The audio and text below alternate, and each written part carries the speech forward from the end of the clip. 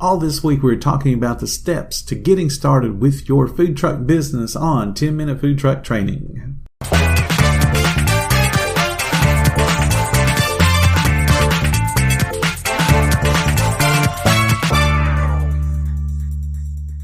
Support comes from ServiceNow. We're for people doing the creative work they actually want to do. That's why this ad was written and read by a real person and not AI. You know what people don't want to do? Boring, busy work. Now with AI agents built into the ServiceNow platform, you can automate millions of repetitive tasks in every corner of your business, IT, HR, and more, so your people can focus on the work that they want to do. That's putting AI agents to work for people. It's your turn. Visit servicenow.com.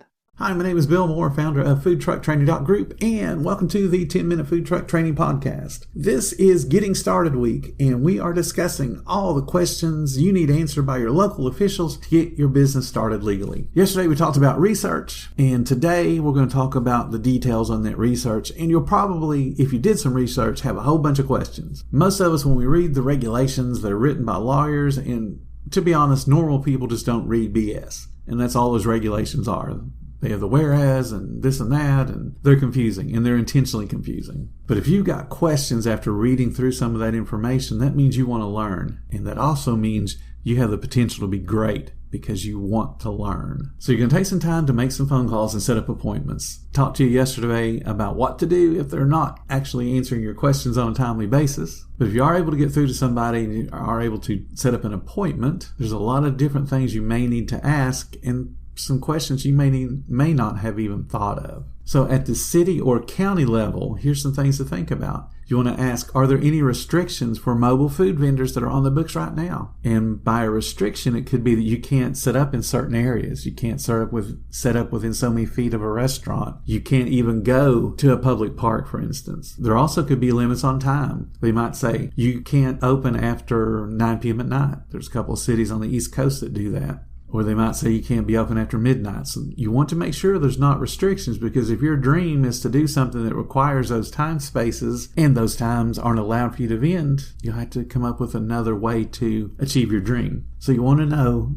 what the restrictions are. Then you also want to ask, are you aware of any pending or proposed rules that are under debate right now? Because there's always debates going on someplace. What licenses or inspections will I need at the city level, at the county level to operate my business? And there's a multitude of inspections or licenses or permits you might need. At the city and county level, you might need a peddler's permit. You might need an occupational license. You might need a fire inspection. You'll need some type of tax certificate. Each of those things may or may not have a cost associated with them, but you still have to have them lined up. And there could be even more than that list. So you want to ask them every single thing that I need. You want to ask what the tax rates are. Are there proposed increases to the tax rates? You want to ask what is the frequency of payment for collecting these taxes? Are there any reports I'm required to file? What are the deadlines for those reports? Some cities have a really great packet, so when you get all the different permits, you have a packet that tells you what your responsibilities are to keep that particular permit in force and to adhere to all the regulations, and then others don't. So you want to ask all those questions. When you get the opportunity to talk to the food licensing establishment, because remember, it's not always the health department, you're going to need to have an idea what you're going to sell. Not necessarily the specific recipes, but if you're going to sell a hamburger and it's going to have certain toppings on it, you want to explain that or have that in your mind.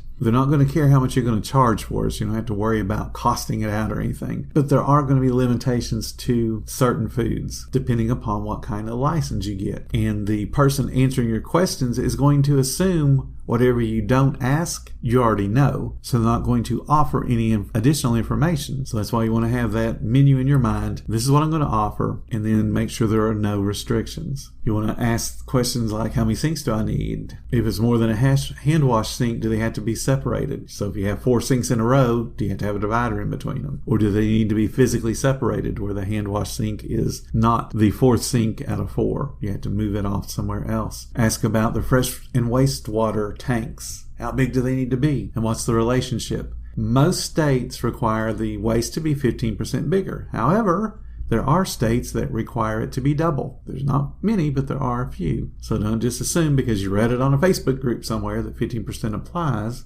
because it doesn't always. You want to ask, how are the commissaries noted on inspections? Do I need a commissary? And it could be called something completely different. It could be called a home base. It could be called a servicing area, whatever your state calls it. But you want to ask, do I need one? Where do I find that list? Do you guys keep a list of commissaries? And then how are they noted on inspections? Because that'll help you. If you can't find a commissary, you can at least look on the inspections, go to that notation on how the commissaries are listed for mobile vendors, and then you can find commissary. You want to ask a real simple question. Are you the only state agency that approves mobile vendors and the commissary? In Florida, for example, we have 3 different agencies that can approve and regulate the food establishments. I talked about the Department of Business and Professional Regulation. That's the typical one. That's the one that does most of the inspections and issues most of the licenses. However, if you decide to use a convenience store as a commissary, then you would end up being licensed by the Department of Agriculture, because they're the ones that inspect convenience stores and grocery stores. And if you decide that, no, I'm not going to go either one of those 2 routes, we do have the official health department, but they only inspect food businesses that will be operating on property that's owned like by a hospital, because they inspect hospitals, or schools. So if you get a contract with a school where you're providing lunch, then the health department's where you would go. And that's just in Florida. And Florida's not the only state like that. There are a number of states that have 2 different licensing agencies. You want to make sure you're getting the information for which one do you need to contact, because sometimes it's not always easy to figure out when you're doing your research. You want to ask things like, where am I required to store my mobile unit when it's not in use? Some states require it to be kept at the commissary. Others don't care. So you just got to know where it needs to be stored, because that's an additional fee that you may have to pay. You want to ask about catering. Some states actually make caterers have a separate license than food establishments. So you want to make sure that there's not some little trick there that you would need to have an additional license to do catering. You want to ask if the food manager certificate is required, and then which particular brands they use. There's about 6 different ones. Everybody just refers to it as ServSafe, but ServSafe is a brand, just like Kleenex is a brand for facial tissue. But everybody says Kleenex when they mean a facial tissue. Everybody says ServSafe when they just mean the food manager certification. There are 5 or 6 different companies that offer it. All the tests are exactly the same in difficulty, so you can't pick an easy company over a more difficult one, because there's not a more difficult one. They're all the same. You want to make sure you talk to the state revenue department, because they will come chase you down to get their sales tax. And that is a no-joke thing. You want to make sure you understand what the requirements are to open the business, what the expected reporting and pay schedules are. And honestly, if you think you're a nobody, just miss a tax payment. You'll be somebody really quick. You want to make sure you understand the state's fictitious name requirements, because you're not going to call your business by your first and last name. It'll be called something else. So you're creating a fictitious name.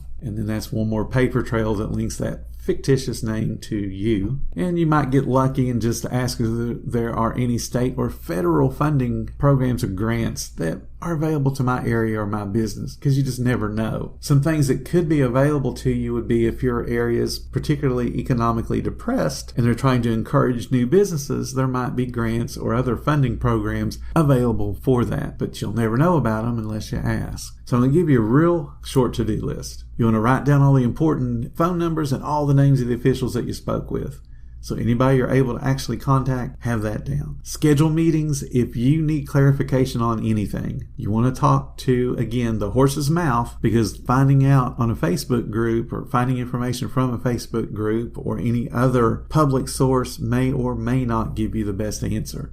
So you want to talk to the people that will be the ones doing the inspections. Their opinion matters. You want to keep a copy of those names and phone numbers in a book and keep it on your cart or trailer even after you get open. The reason is, if you ask them a question and they give you an explanation for something and they're incorrect or you misunderstood it, one or the other, when another official comes and does an inspection and says, hey, this is wrong, and you, no, it's not wrong. I talked to, give them the name, give them the phone number, and he explained it this way. Because that'll help get everybody on the same page really quickly when you say, well, I've already looked into that and here's what I was told by, and hopefully it's their boss or at least somebody on their level. So you want to write down all of the permits and licenses and all the fees with the amounts and who you got to be paying those amounts to. The reason you want to write that down is that becomes necessary information when you build your business plan. So what we're doing is going through all the steps and getting all the information to also build a business plan.